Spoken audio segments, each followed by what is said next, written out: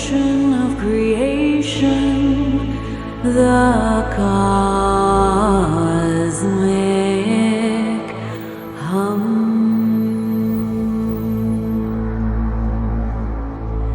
The eternal cyclic rhythm of earth, moon, and sun.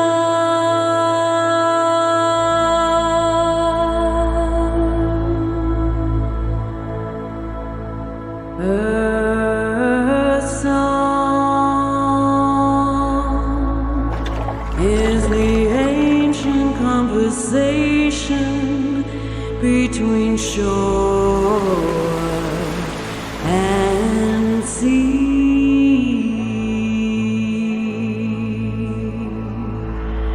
The love ballad between flower and bee. Earth song is the melody of mountains that rise and fall. Beautiful souls, and welcome back to another interview in Embody, the Empress, where we're looking at how to blossom and flourish in harmony with the natural world. Today, I am so thrilled to introduce you to Hilary Hahn. Hilary is a visionary artist, healer, mystic, and guide. And I have interviewed Hilary before, and because I just love the conversations that we have and the work that she does, I knew she would be a perfect fit for this series. Hilary, welcome back, and thank you so much for being with us. Thanks so much for having me. So today we're diving into really returning to your nature, which I love. It's, we talk so much in this series about being connected to our intuition and using that as our guiding light. So this conversation and using art as a way to do that is perfect. But what I want to do first is just capture your story of how you came to really grasp this understanding, how you came by the wisdom, how you collected the wisdom that you now have and share with other women. So if we just travel back in time a little bit to, it's interesting because as I ask this question, the women that I'm speaking to seem to have a very, very different take. Some people go all the way back to 9, some people at 16.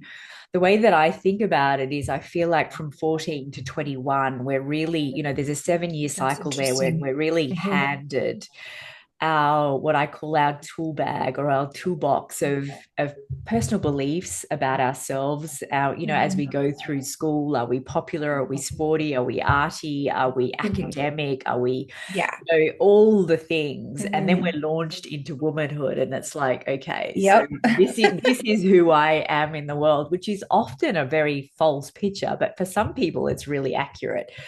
So I want to capture your story at that time. So wherever you feel intuitively the beginning of the story is, let's Oh my start gosh. there.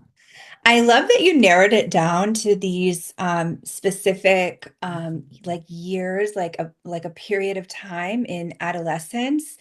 And that has me really thinking because I have a 10-year-old son right now. So now I'm Yeah. thinking, how can that, Yeah. how can I weave that into his journey.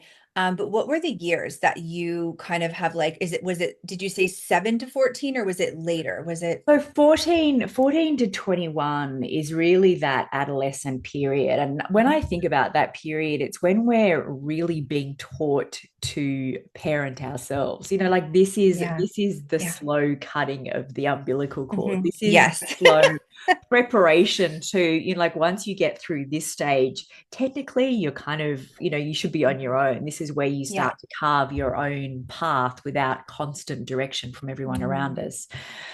So if you think about Yeah. perhaps who you were when you left school, and your connection to your inner calling, your intuition. Totally. Yeah. Totally.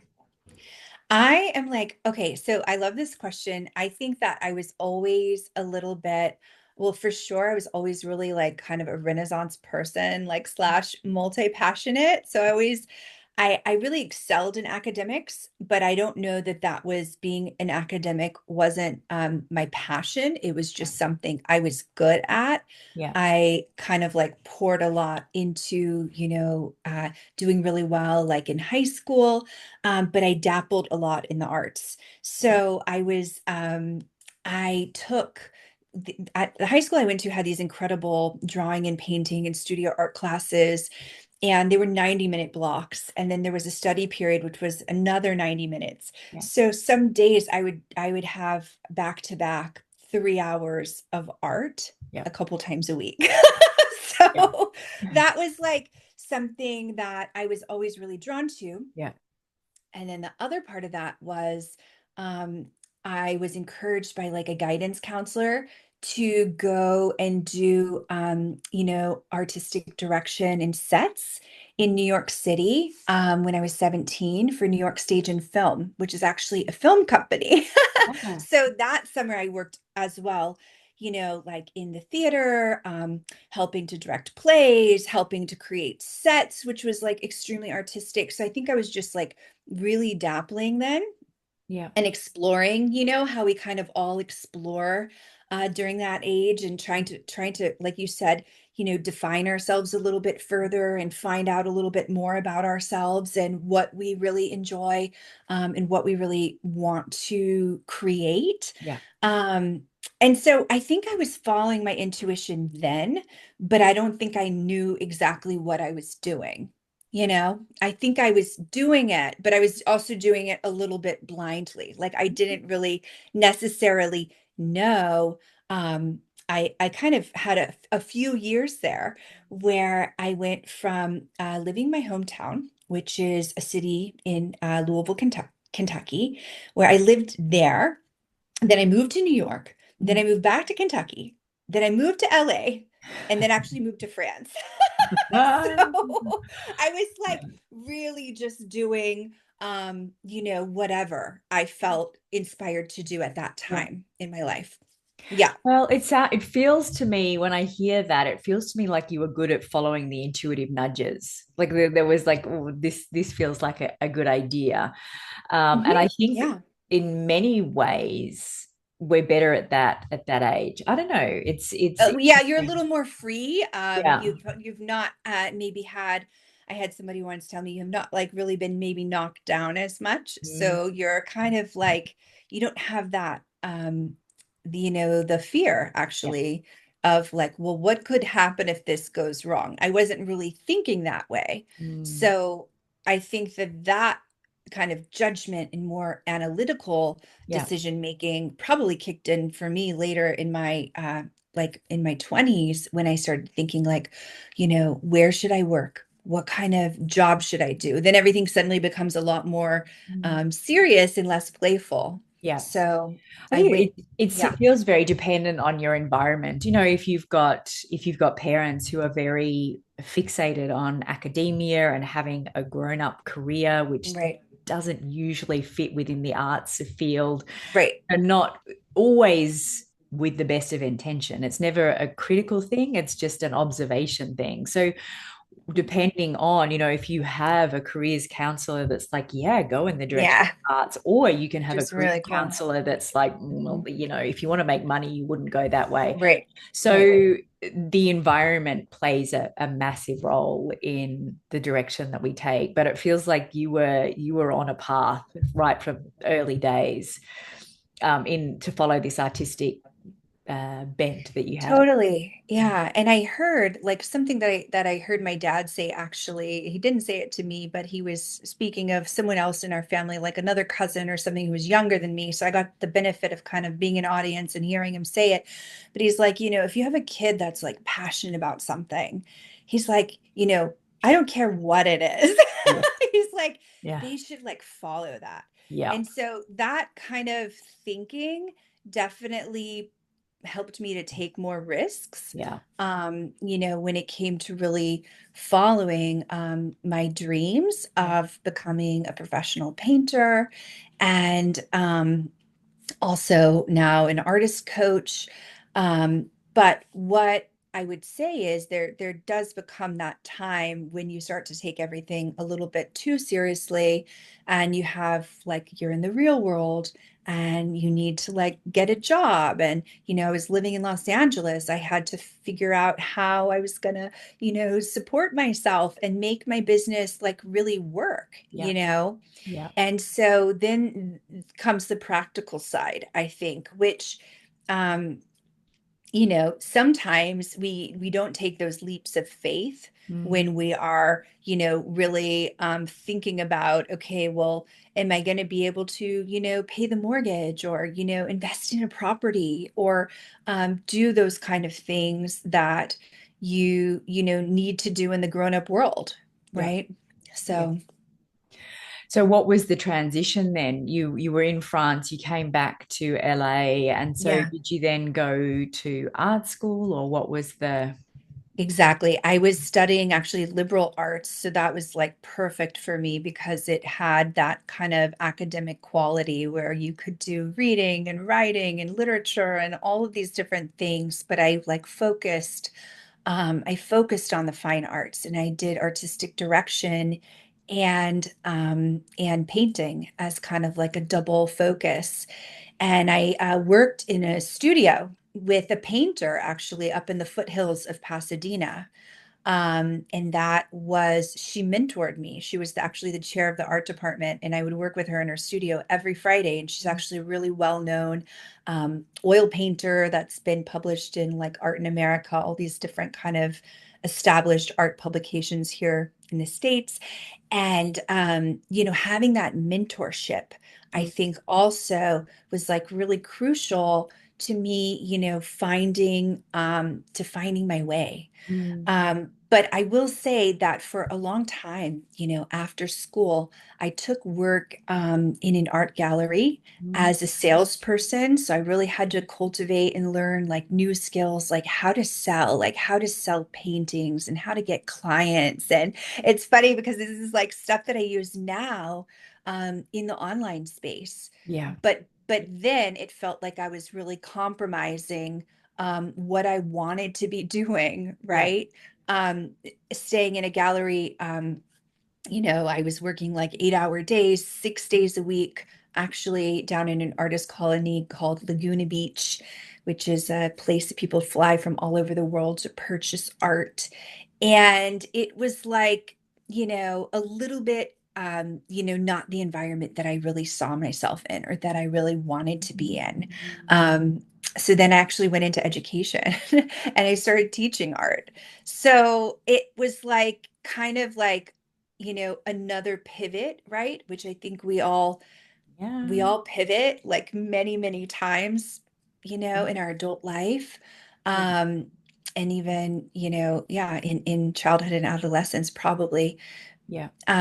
But yeah, so just Mm. I continuing to change to realign mm, with what really felt good in that moment or felt like the best option. yeah. So I always when I'm listening to women's stories and capturing, the all the different chapters and the things that happen, I've just listened to it like it's like life university.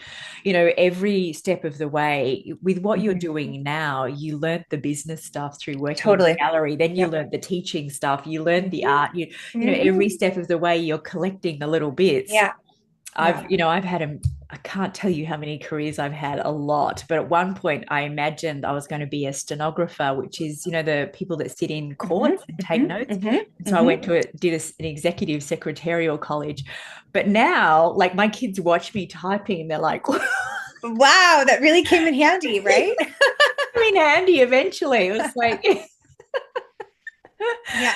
with the work that I do now. So it's, where it's fun, for the listener that's tuning into this, think about, like all the different skills that you've picked up along the way. And it can be, how to cook to feed our families. It's how to, like there's just a million things, and we are like things. this vessel that is just chock-a-block full of so many Right. different experiences and wisdom. And I think we often forget that, it's everything. If we don't look at it that way, everything feels a bit Right. disjointed, but it's Right. lovely when it all comes together.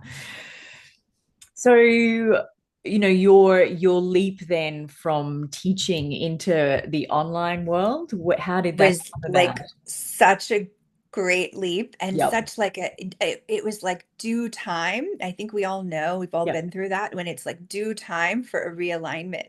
Yep. So Yep. I had been teaching in the Santa Monica Malibu schools. I had an art room there. And then I ran the program at Brentwood Art Center, which is a big art center that's been in now for 60 years. It's been around in Los Angeles on the West Side. It's an amazing place with artists and just a really thriving hub. Yeah. And I knew I needed to build a bridge. And I needed to build a bridge to more freedom because I was a mom, right? And I needed to have more flexibility and more time freedom and all of the things. And so what I started to do is back in 2014, I started offering signature workshops Mm. in an art form that truly fascinates me. And I think we talked about it a lot last time. So everybody could like go back and watch that. But an art form that truly fascinated me, which is the art of natural dyeing in organic indigo. Yeah. And I launched a sustainable fashion line. Yes. I started teaching all of these different like workshops in sustainable fashion. I was asked to lecture at the university level in sustainable materials. Um, and so that kind of so I started kind of like going freelance, I guess would be a Mhm. good way to put it. I started sharing different workshops all over the city. Um, then at one point, I created an online course Yeah. called Intro into Natural Dyes. And so it's like exactly what you're saying, Edwina, like having that background in curriculum design and education, I just started like applying that to my online path and my online courses. Yeah.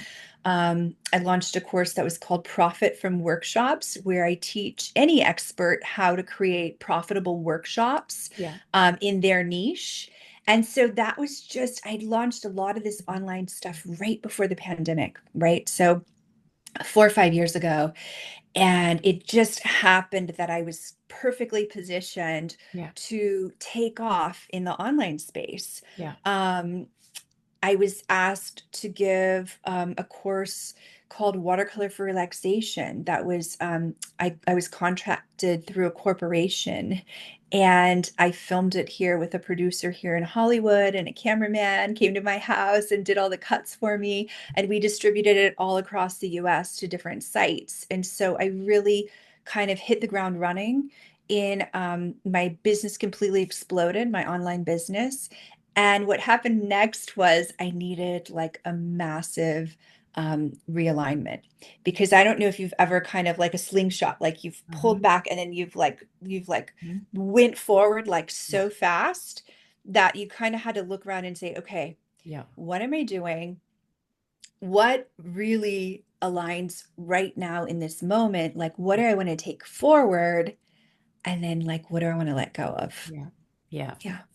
Yeah, absolutely. And it's one of those things where I think you get to a point where people are asking you to create things all the time, and you're like, yes, and a yes, and yes, and then it's Yeah. I was like, actually, I could do that. I could do yeah, that, you yeah, know?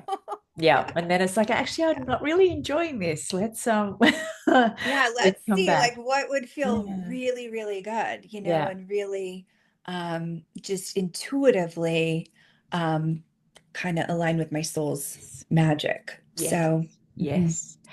So that's where we come back to. So, returning to your nature. So this is now a big part of but your body of work. Yeah. So Yes. let's dive in there. Let's, just start with some clarity around what does that even mean? What does it look like? So what that looks like is that name actually came from a retreat that I hosted last like June or July, I believe. It was in Malibu. And it was really to help people to return to their own nature, to return to like, it's like a play on words, like, go out in nature, be in nature, connect to yourself and your essence. And there's really a trifecta that I use in my coaching, and that is meditative moments. So it's like meditation to really connect to intuition. Yeah. I've been meditating for like 22 years. So that's where I kind of bring my own practice Yeah. that I do every morning into my coaching and into my retreats. So we Mm. always like start out the retreat with like some meditation, maybe some, the second part of that trifecta is like movement, like really being like, I love how you say like embody the Empress because Yeah. it's like being in the body. Yeah. So sometimes like the only way to really move that energy is to like get out of our heads and like get into the body. Mm. Um, and then the third part of the trifecta for me, of course, is the creativity and the arts. Yeah. So whatever art form really speaks to somebody, Yeah. like I would encourage them to just like explore it because like as kids, we're all so creative. And this is something I saw as an art teacher. Like I know this, like when I had a class of 30 kids, like every single person was creative. Yeah. But I know that like one thing that I saw you mentioning is like how we kind of get stripped away and like disconnected from that actually. Yeah. And so whether it be through painting or singing or writing, I really believe that people have that we have that deep like a primal need to like express ourselves. Mm. Yeah.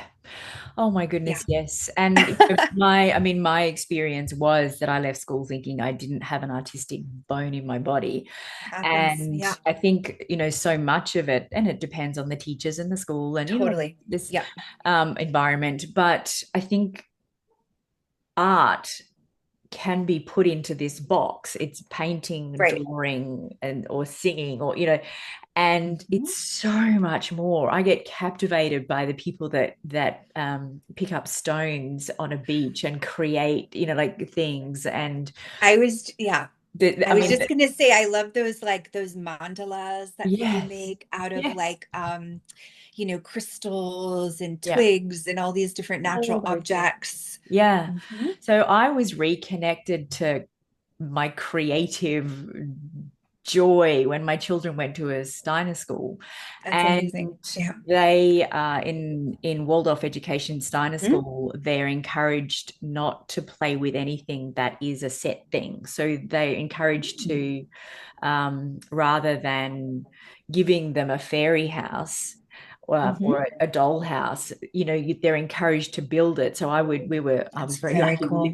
We lived on a Yeah. flower farm. So they would Wow. break up all these little sticks and, stick them all in the ground and build the Mhm. walls and then stick flowers in them. And then, and it's the creativity in that was just so joyful. And I so, actually, when yeah. I was teaching natural dye, I had a lot of Steiner teachers that would take Yeah. my indigo Yeah. workshops and then they would go and they would teach like natural dyeing and Yeah. indigo and how to use pomegranate skins and all these different things to their students. Yeah. And I really loved, we don't have one near us, or I would Yeah. probably put my son in that in a Yeah. second. There's like Yeah. two in LA and one is Yeah. super far north and one is super far Yeah. west. Yeah. But it sounds like an incredible Oh, way beautiful. for children to learn. So Really beautiful. And the other thing that I discovered in that, because I've got a story that I can't draw and I can't paint, and mhm, yeah, they're taught to they do wet on wet. So they wet the paper and then they I use love that. watercolors. And so everything Mhm. just, you can't make a mistake. Everything just runs. Oh, it was a revelation. So beautiful. Okay, well, I think you're gonna like the two exercises that I share Ah, later because these good. are like really designed to let people to just kind of flow into their Mm, creativity. mm, And I find that like when I'm painting or like when my clients like we did a retreat also in Italy yeah. in Tuscany in September And like, it's just like they got into these creative flow states, Yeah. and then they started having downloads about like one launched a marketing firm for her business, another went and, got a new studio and she opened it to the public. They started having these like ideas, right? And sometimes the ideas come through meditation or like when you're in the shower or like when you're driving. But, being creative is a really good way to like open yourself up Yeah. to having new ideas flowing in. Mm. So that's just one thing that I always get so excited when Yes. I hear like what people are coming up with. Like Yeah. even just yesterday, I was feeling like a little creatively blocked. Like I was kind of like staring at a canvas and I didn't know what I was going to do with it. And I almost felt like I couldn't start working on it. And then I finally did. And it was okay. Like it turned out okay. It wasn't like my best work ever. I might not be done with it yet. But the interesting thing that happened was when I was done painting after the 2 hours, which usually my client sessions are just an hour, but when I was done painting after the 2 hours, then I had like 10 ideas for new canvases. So I went from this space of being like stuck and not having ideas to Mm. having like many, many ideas now Yeah. that I want to execute on. Yeah. So, Yeah. If I get stuck and my creative outlet is writing, I write and write and write and write and write. And every now and yeah, then it's like there's just nothing. And so I'll walk. I just go out in nature, that's a good one. Yeah. go to the beach, Hmm. or Hmm. just something that kind of spark. I think it's just allowing the space in our minds, to freeing up space. And what you just said about like the beach, I feel like there's really something to like being out in nature, Yeah. and it's like it's so cleansing and Mm, clearing, mm. it creates this spaciousness in us. Yeah. Yeah, Hmm. absolutely. So there is a really, one of the things that I just feel so incredibly passionate about is the tools that we can use to reconnect women to who they really are. So when I talk about blossom and flourish, all the Hmm. words are, as a Yeah. wordsmith, as a writer, everything is Hmm. chosen very purposefully. But to Hmm. blossom in my language is to become the woman you were born to be. And to I flourish is love to that. live the life we are born to live. Hmm. So to become the woman we're born to be, so much of it is about letting go of the beliefs that we've collected along the journey Right. about our potential, about who we are, about the things that we should do. Hmm. I think about being Totally. a good girl, like following the rules Right. and Following the rules. yeah, Yeah. you don't wear this and you have this kind of job and you don't, like it's, and so within the scope of your work and how you support women to really connect to that authenticity, like I want to dive in there a bit further. Yeah, definitely. I mean, I resonate so much with like that, those social constructs that we're given, like even like using our voice, right? Like really speaking up and like sharing, like in a kind way, but like really sharing like what we believe and like what we're a stand for, I think is that's funny. Okay.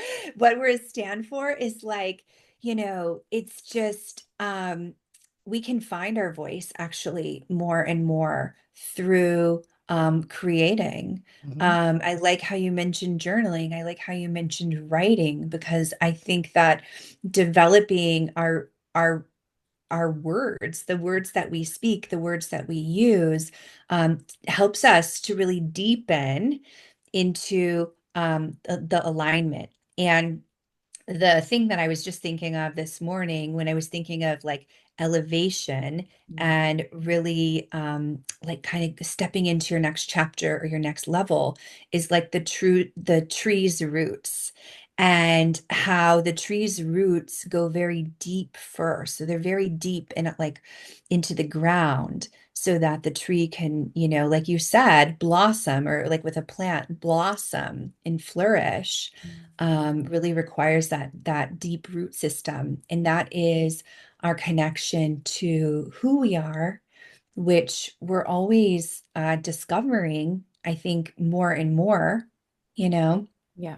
Um, and a lot of times we discover it. One way that I've really found is that being in like what you like a group program or a retreat, a community, because what will happen is somebody will say something and it's like the most unexpected, maybe not the person that you would think Mm. would be the one who would, spark something in you that would really resonate and actually act as a mirror, like reflect Mhm. some wisdom Mm. back to you, Mm. right? That helps you then to gain a perspective about yourself, a Yeah. deeper perspective. Yeah. Yeah, 100%. When I think about, I think about the homogenization of children in school, and Right. you all wear the same thing and you follow the same rules, Mhm. and there's this. And so when I think about, as women, the impact of this, the visual that I love to give people is, if you imagine a garden that has only one sort of tree and then only Mhm. one sort of flower, and everything Right. is, I know those gardens, some people have a love of those gardens, so I sort of hesitate to be critical. But I love a garden that's got 25 different trees, and they're Yeah. all different heights, Yeah. and they're all different sizes, and all the different flowers and the Mhm. vines, and Mhm. it's like the uniqueness and the variety, and that is what makes something really lush and beautiful. Mhm. So the more that we can find our own unique voice, our own unique expression of how we dress, our creativity in the world, all the things, Totally. that's how we make the world more Yeah. beautiful. I know. I know. I couldn't agree more. And I think it's, it does take courage Yes. actually to do Yeah. that. And I've honestly felt like a little bit of a rebel Yeah. actually my whole life, a little Yeah. bit of a rebellious one, in my family, for, leaving and doing all the different choices that I've done.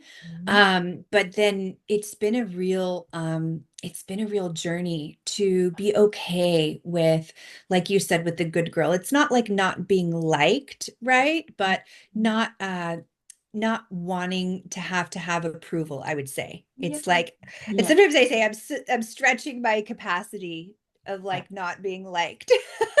This is I, not with yeah. my family, but when Yeah. when we're taught to be so like people pleasing and Mm. all the time, then sometimes we actually lose that authenticity, the authentic voice, and like what we stand for and what we want to be a stand for. Yeah.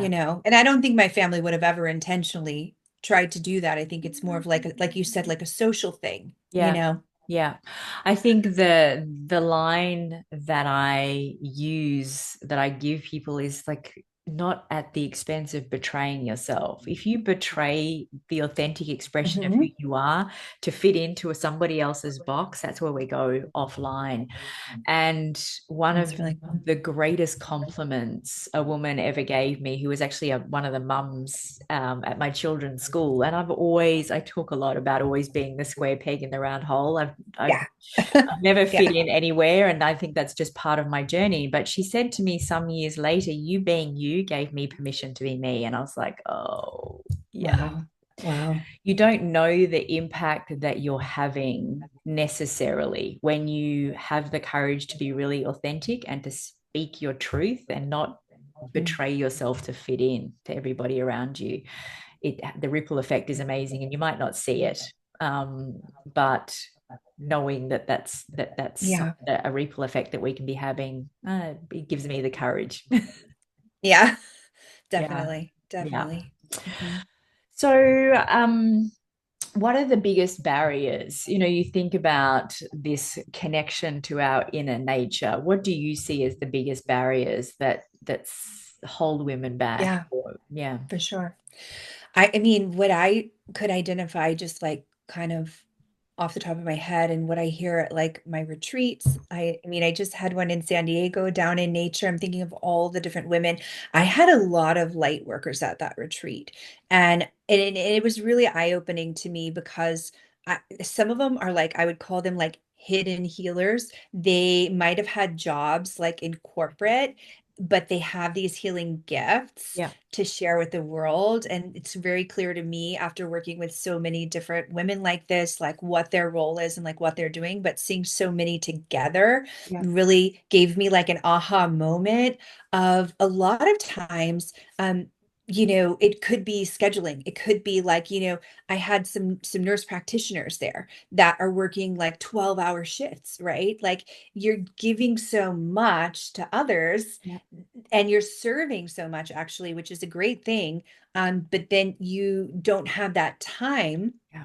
to devote to your own alignment and your own, development and so that's why they come on retreat. So clearly they were making the priority to do that. But I think it's just like a very real constraint can be time freedom, can be like you said, social structures, expectations that maybe we've been living like a certain way and we think that things have to be done this way, and they don't really have to be done this Mm. way.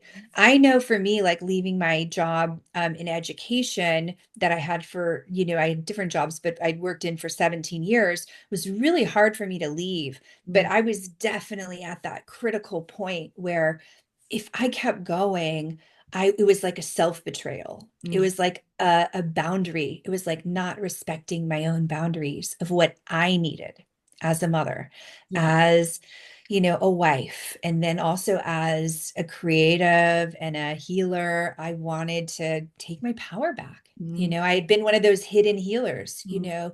in the schools and serving. And it was a beautiful experience, which I'm sure led me to where I am today. But just the mindset blocks, Mm. right? Of feeling like I have to keep doing this because the role Yeah. became so strong. Like Yeah. playing that role Yeah. became so powerful. And it was so scary actually to let go of, even though I had built the bridge to Mm. my next chapter. Mm. So It's that the indoctrination of the self-sacrificing model of life. It's like give, totally. give, give, give, Yeah, give. I had to give and give. Yeah. Yeah. And, a big part of, what I've been looking at is altruism, because it's like, so what, if we act for the highest good of all, in Mhm. my brand, I came up with three values that I check in with all the time Mhm. when I'm creating anything.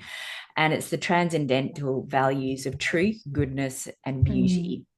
love And so that. when I think of goodness and altruism and what is for the highest good of all, if we think of Mhm. altruism like the pod mind, like a pod of dolphins, every creature in the pod is working together all the time for the highest good of all. And if there is one that is leading the pod and they're just always at Right. the front, always going, never stopping, and they're Mhm. exhausted and depleted, that's not Mhm. for the highest good of all. Right. It doesn't Yeah. serve No. the whole. So, Mhm. what's truly for the highest good of all is if our cup is so full that there's overflow for Yeah. everybody around us, Mhm. rather than so empty we've got to sleep and we're moaning and groaning about the Mhm. exhaustion and Mhm. the lack of love for our life. Mhm. That's not for the highest good of all. Right. Yeah. The altruism, yeah, that's huge. I mean, that's a Yeah. huge revelation that you Yeah. just shared. Yeah, Yeah. absolutely. And I think when we can think about it like that, when we can think about, as mothers, but also Mhm. as women, entrepreneurs or whatever the career is, and Yeah. a lot of the women in my Mhm. community are actually grandmothers and matriarchs of Mhm. families now. Amazing. I love Mhm. the word matriarch. And it's this sense of, well, how do I keep my cup full? If Mhm. if I'm taking personal responsibility for who I am in the Right. world, I've Right. got to be the healthiest, happiest version of me. Yes. Yeah.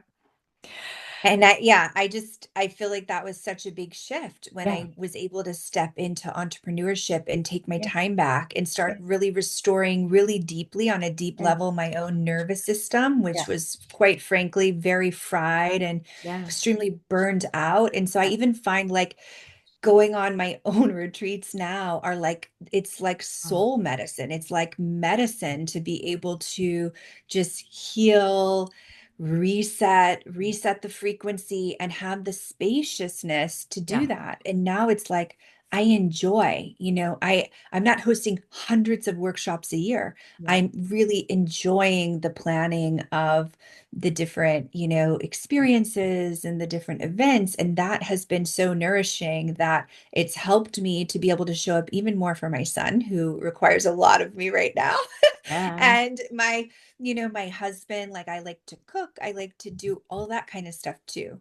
Yeah. So, as women, we have a lot of different things generally that are on our minds and that we're juggling, Mm. you know. When are you going to do a retreat in Australia, Ah, Hilary? I know when you said that, I'm like, I'm coming to Australia, Edwina. We're gonna do something. Oh, That would we had be so much fun. so Yeah. amazing. That would be so much fun. That would Yeah. be so much fun. I've never been. I do travel to the east, Mm. the Eastern Hemisphere with my husband from time to time. But if I had a good reason to come to Australia, such as like creating a wonderful retreat experience, I would love that. That would be amazing. I So think, we'll definitely have to, yeah, we need to put that in our planning, I think. yeah, I think.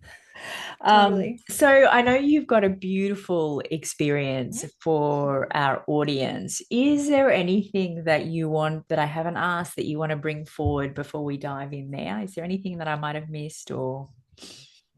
No, I think this was wonderful. I'm excited to share a little bit of a guided meditation. So just to recap that trifecta that has helped me that I always come back to is like the meditation, the movement, and the creativity to kind of open up, right, to intuition. And so the meditation that I have for today is just like a short, like a 8, 9 minute experience to really take us all into our intuition. And then I'm going to show just a couple examples of like art exercises in Yeah. case this is like inspired anybody to get back to their inner artist.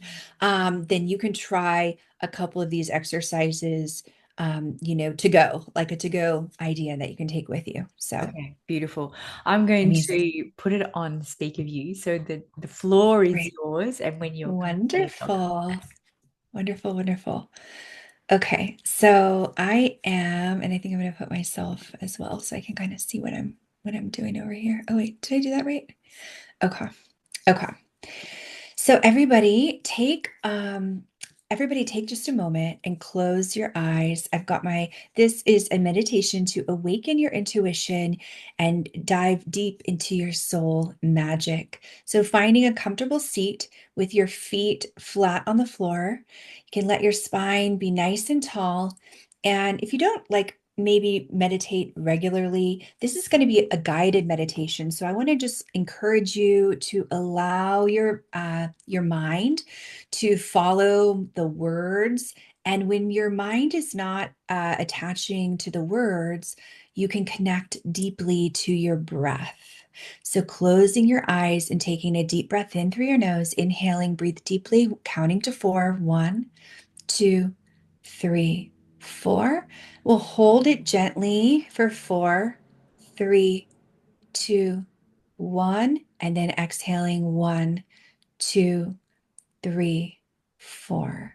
And so if you've never done that, that's called a box breath. So we're going to inhale to 4, inhaling 1, 2, 3, 4, holding for 4, 1, 2, 3, 4, and then exhaling gently through your mouth to 4, 3, 2, 1. And we're going to do just one more. I always like to start with 3. So inhaling through your nose,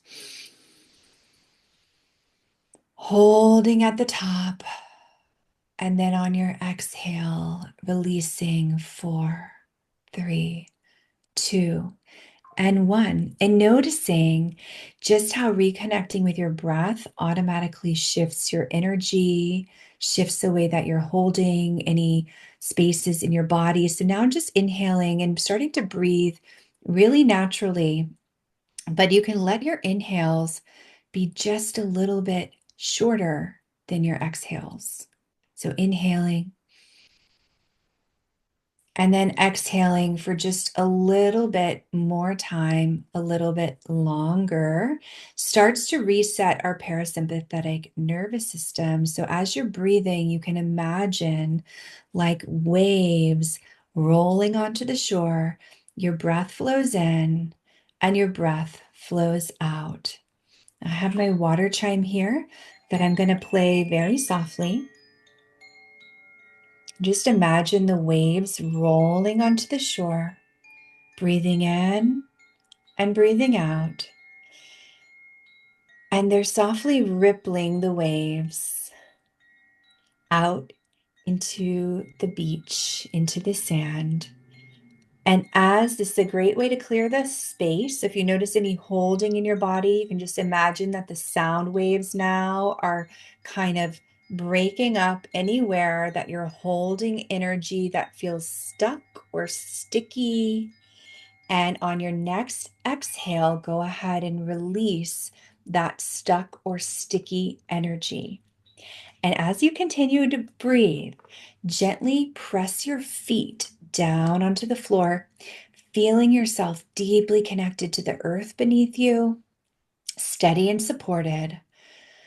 Grounding now into your feet. Imagine, if you'd like to imagine some roots growing out of your feet, deep like the tree, connecting back to your own authenticity, your own inner magic, and your own voice. Intuition doesn't just live in the mind, it also lives deep within your body, especially in your solar plexus and your lower chakra. So, placing one hand now on your lower belly, I want you to feel the warmth of your palm and the energy stirring beneath your palm. So, reconnecting to your center of knowing. So, breathing in to your center of knowing, where your intuition speaks through sensation, through nudges, through butterflies of excitement, and through deep inner guidance. That moment when you just check in with your belly. So, inhaling through to your belly, allowing your belly to expand. And then on your exhale, allowing it to contract. Let's try it one more time. Now, breathing into the count of 4, inhaling 1, 2, 3, 4. Then gently exhaling, allowing the exhale to be a little bit longer. And with each exhale, I want you to feel the space expanding with golden light, a warm glow radiating, more connection, more confidence, and more clarity. And then with each additional exhale, releasing any doubt, any uncertainty, or any fear. So inhaling a golden light, clarity, connection, and confidence. And then with each exhale, releasing any doubt, any uncertainty, or any fear. Making space for deep trust in your own inner wisdom. So clearing the energy now from that lower abdomen.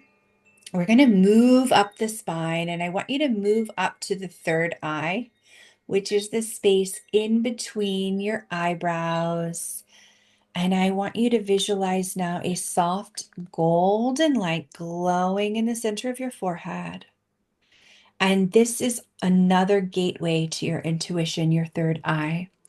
Now, with each inhale, this golden light grows warmer and warmer, expanding with wisdom, expanding with clarity, and a deep inner knowing. And then with your exhale, releasing any doubt, softening your jaw, any fear, softening your tongue and your mouth, any overthinking, making spaciousness for your intuitive downloads, and those downloads to come through your crown chakra and to magically flow to you. Your most brilliant ideas are flowing to you right now. So inhaling, the golden light grows warmer and brighter in your third eye, and exhaling, releasing any doubt, any fear, and any overthinking, making more spaciousness. So now feeling the energy between your lower abdomen, your hand placed on your lower abdomen, and then just place a finger on your third eye. And I want you to feel the connection between your gut and your third eye, your inner knowing and your intuition. And I want you to feel the energy flowing from your gut to your third eye and from your third eye down to your gut. It's like a golden channel of light, of a connection, a harmony. So the energy and the clarity and the wisdom. So just breathing into this now. And then on your exhale, allow your hands to float down and you can place them gently back on your knees, feeling the energy is rooted and grounded, and you're infinitely now at ease with your inner knowing. So now we're going to place one hand on your heart and feeling the rhythm of your being, really tuning into the pulse of your heart and just allowing yourself to come back to your nature, your essence, your energy, and your vibrational frequency. Because, like the flowers, we all have our own energy blueprint. And you can say to yourself now, I trust my intuition, and my body and my soul and my spirit guides are always guiding me. So, visualizing that glowing ball of energy now in your heart space, expanding and flowing between your belly, your heart, and your mind, connecting the body, the mind, and the spirit. And with each breath, this magic expands and ripples outwards, illuminating your path, your purpose, and your next beautiful, inspired steps. Taking one more deep breath in, filling yourself with clarity and trust, and then exhale, grounding into the energy and the spaciousness that you've created within you, gently pressing your feet into the earth once more, anchoring into this deep knowing in your body and in your being. And then slowly wiggling your fingers and toes and drawing your attention back into the room and back into the space. And as you feel ready, open your eyes.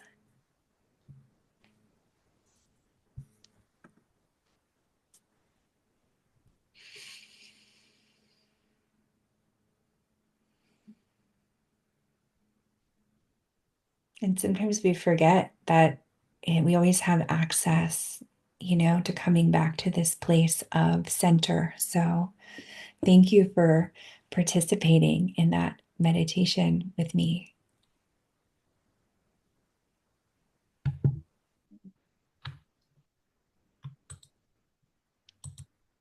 That was so beautiful. Thank you. It's very special. I know you got to go into this like space of deep relaxation for just a moment. So Very special. And I think you had some artwork that you were going to guide us through or having a look at as well. I have two ideas that I would like to share with you guys so that you can take these ideas to go. And one way that I really like to open up to creativity is to create representational art, meaning like it doesn't have to look like something.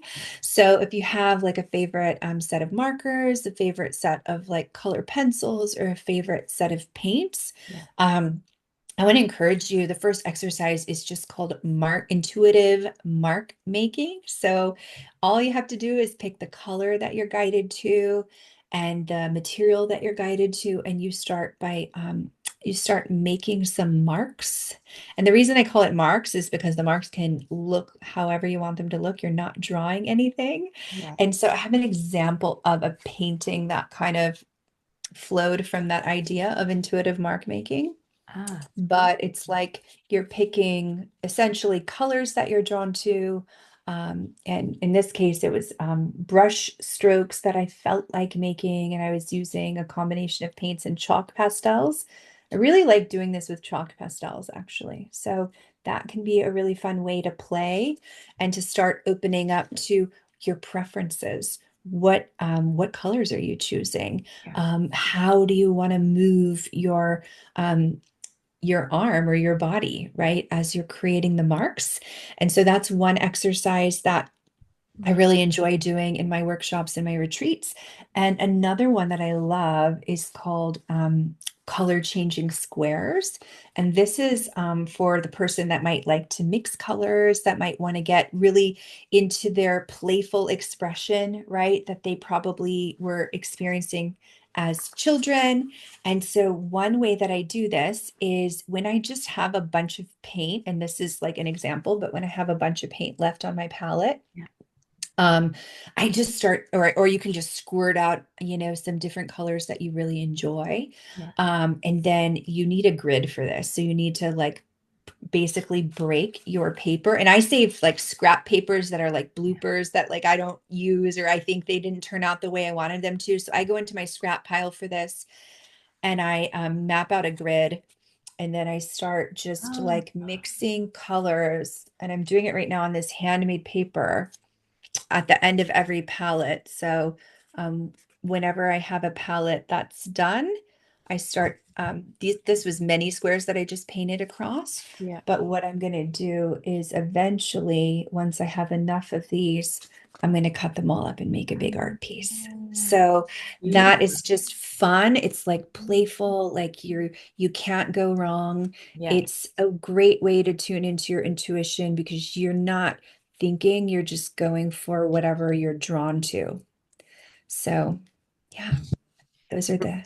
It reminds me of, I don't know if you had it in the US or if it was an Australian thing, but Mr. Squiggle. Do you know what Mr. Squiggle was? He I was don't like a think I'm gonna look. bird. Yeah. It was I'm trying, it was years, like I was a child, but it was like a bird, but its nose was a pencil, and the human would be like, draw a squiggle, Oh, and that's the cool. bird would be Yeah. like, and then the man would turn it into something, like Something else. yeah, Yeah. turn it into something. Uh-huh. That's what it's making me think of. I love that. Gorgeous. Yeah, it's gorgeous. Thank you so much. I know you've got a beautiful gift for our audience. Do you want to just take a minute to let them know what that is?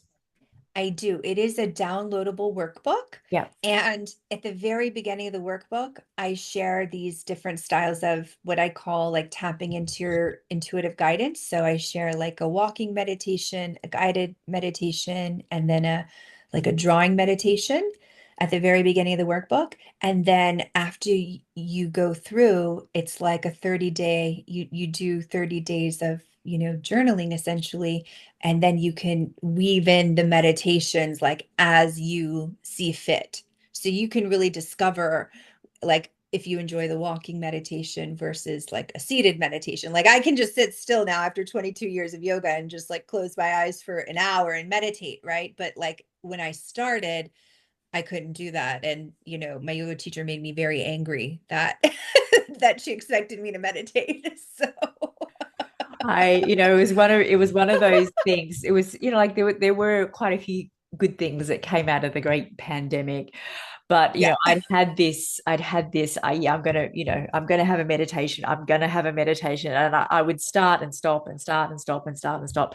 And then, during that time when there was just, Mhm. so much was much slower, it was the time that I Mhm. really picked it up and created the practice of, as opposed to the occasional habit of. And it's And that amazing. Yeah. this workbook is really, I like that you said that because this is really like what I was doing during the pandemic when I was realigning and deciding like, do I want to move forward with this or Mm. do I want to move forward with that? And so that Mm. process of writing it out really started to kind of help me to figure out, Yeah.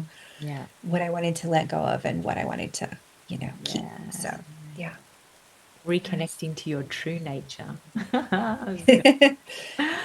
Thank you so much for being with us. Thank you for your generosity, beautiful guided meditation, ideas on creativity, your gift, everything, your story. It's just divine. And I have loved having this extra time with you. Thank you so much, Hilary.